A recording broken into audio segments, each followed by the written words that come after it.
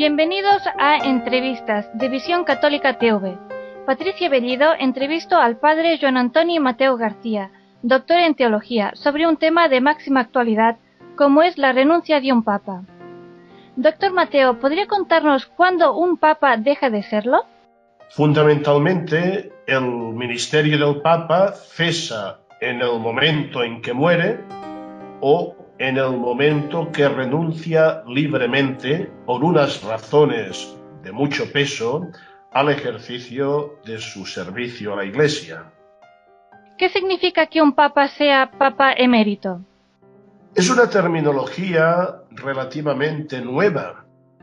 Hasta hace pocos años, antes del Concilio Vaticano II, normalmente los obispos permanecían en su sede hasta el momento de la muerte, lo cual comportaba en muchas ocasiones, por razones de edad muy avanzada, de enfermedades, de incapacidades, graves detrimentos para el pueblo de Dios. Por esto, después del Concilio Vaticano II, el Papa Pablo VI introdujo la norma que los obispos, cuando llegaban a los 75 años, se les exhortaba a presentar su renuncia al romano pontífice, el cual ponderaba si la debía aceptar en aquel momento o no. Todo esto ha supuesto una renovación en la vida de muchas diócesis, y ahora esto ha llegado también a la cátedra de Pedro, al obispo de Roma. El Papa, evidentemente, estaba exento de esta obligación de presentar su renuncia, primero porque él es la máxima autoridad de la Iglesia.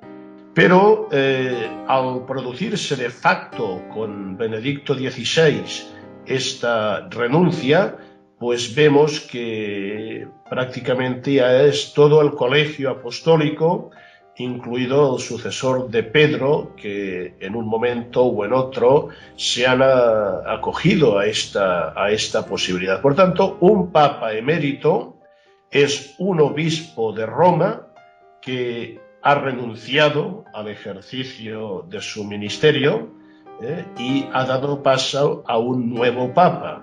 El papa residencial, el papa en activo, es el que detenta el ministerio petrino como sucesor de Pedro.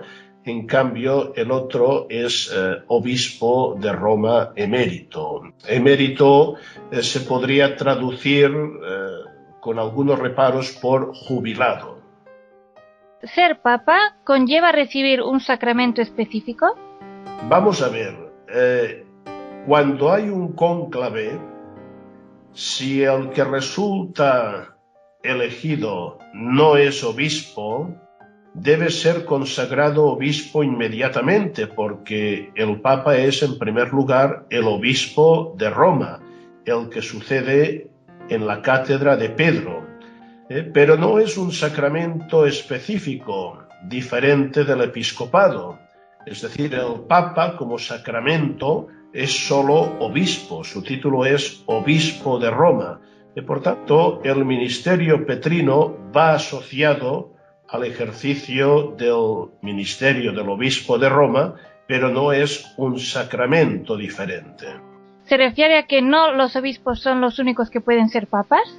Evidentemente, según la normativa de la Iglesia, puede ser elegido como papa cualquier varón bautizado en la Iglesia Católica y no casado, obviamente.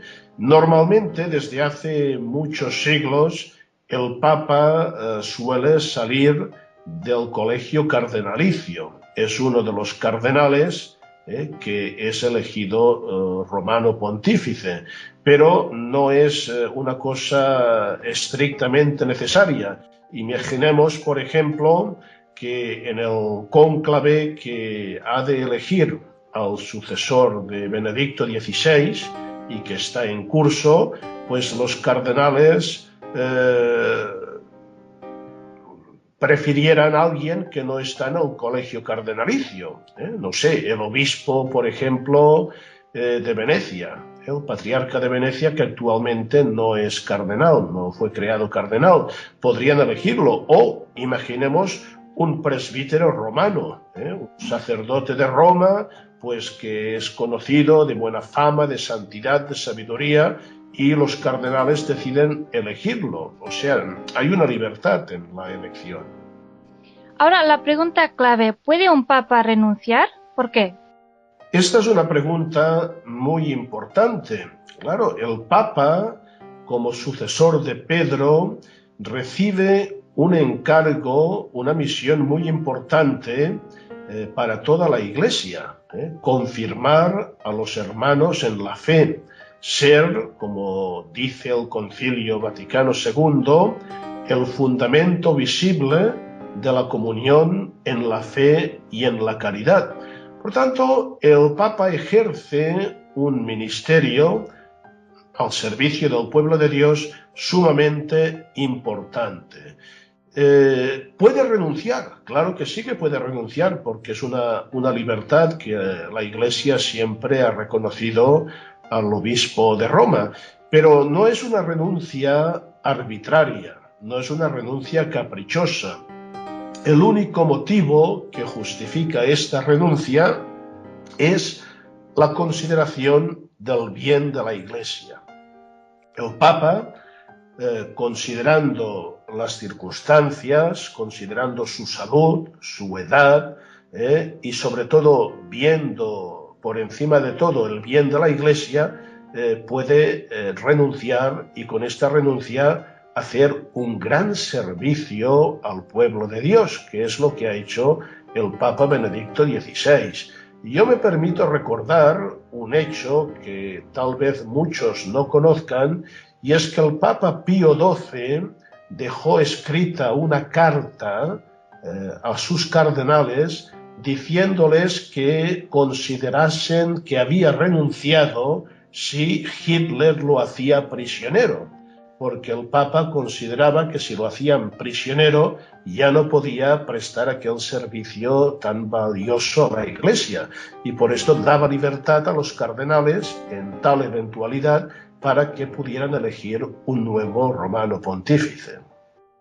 Que el Papa sea vicario de Cristo en la tierra no significa que cuando el Papa renuncie, Cristo esté renunciando a la Iglesia, ¿verdad? No, evidentemente que no es esto. Es decir, hay que tener en cuenta una cosa muy elemental.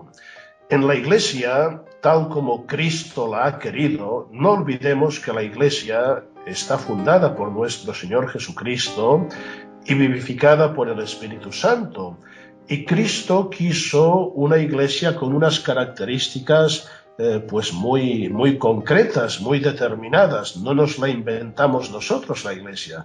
Pues bien, en la Iglesia el Señor dispuso que los apóstoles y el colegio apostólico, con Pedro a su cabeza, y también sus sucesores, los obispos de todo el mundo, unidos al obispo de Roma como cabeza, ejercieran un ministerio a favor de la unidad en la fe y en la caridad de todo el pueblo de Dios.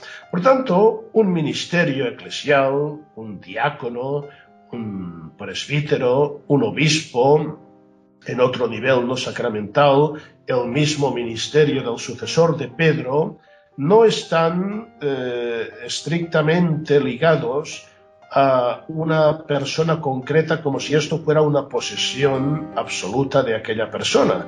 Es decir, el ministerio, como indica su palabra, el servicio, está en función de todo el pueblo de Dios. Es decir, Cristo dio unos pastores a su Iglesia para que en su nombre la guiaran, la condujeran y la santificaran. Entonces, cuando una persona que ha recibido un ministerio por una situación determinada ya no puede ejercitarlo, lo normal es que aquel ministerio sea desarrollado por otra persona que pueda hacerlo. En el caso de la muerte, pues se ve muy claro, cuando muere un obispo, cuando muere un papa como obispo de Roma, pues se elige otro obispo, otro papa.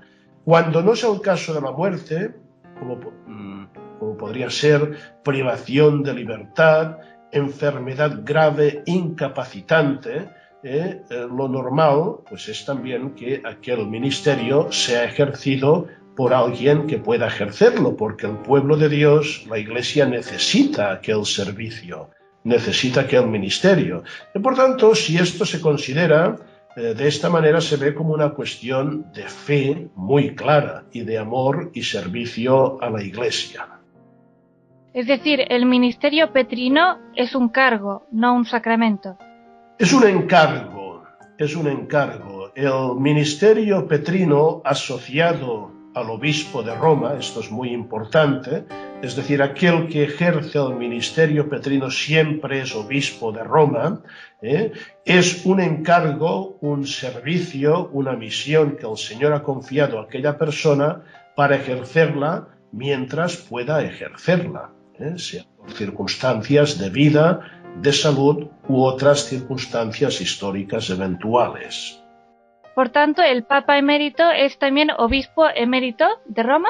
Evidentemente, él siempre será obispo y al cesar siendo obispo de Roma, pues es obispo emérito de Roma. Los obispos presentan su renuncia al Papa a los 75 años. Sí. ¿Están obligados a ello?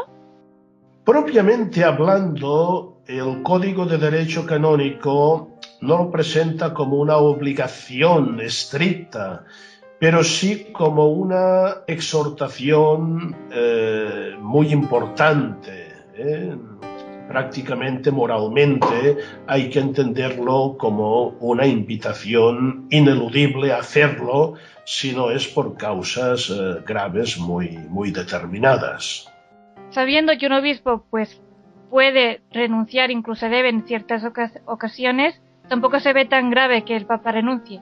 No, lo grave sería que fuera una renuncia pues por razones que no fueran de fe y de amor a la Iglesia, pero visto que la renuncia se justifica por un servicio a la Iglesia, hemos de verlo con mucha normalidad, con un sentido común de fe.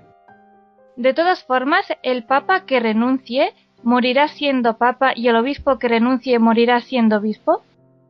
El Papa morirá siendo Papa emérito. El Papa que ha renunciado ya no es Papa activo, es Papa emérito. Por tanto, cuando muera, será considerado la muerte de un Papa emérito y probablemente los funerales sean también los funerales que se tributan a un Papa. Por consideración, por respeto y por gratitud a su ministerio. Y el obispo, un obispo de cualquier diócesis o un obispo titular, porque también hay obispos que son obispos y no tienen diócesis, son obispos titulares que prestan otros servicios a la Iglesia, cuando muere, muere también como obispo, porque el sacramento es un sacramento permanente. Aquel que es elegido Papa, ¿a qué se compromete? Se compromete a ejercer con fidelidad lo que compete al ministerio de Pedro, es decir, mantener toda la Iglesia unida en la auténtica confesión de fe en Jesucristo, Hijo de Dios y Salvador, y fomentar la comunión de todos los fieles y de todas las iglesias del mundo. ¿El papado es una misión transferible? Evidentemente, el hecho de que haya tantos papas en la historia demuestra que es una misión transferible, porque si fuera intransferible, muerto San Pedro ya se hubiera acabado el papa en la historia. Claro, y imaginemos, suponiendo que el próximo papa que saliera dentro de 8 años renunciara, ¿podríamos tener 2 papas eméritos y el tercero activo? Sí, y podría haber 15 si usted apura, pero esto es una eventualidad, evidentemente. Claro. Podría darse. No hay una imposibilidad metafísica para ello. Muchísimas gracias, doctor Mateo, por sus respuestas. Finalizamos aquí la primera parte de la entrevista. La segunda parte tendrá lugar más adelante. Si Dios quiere, así lo haremos. Muchas gracias. Hasta pronto.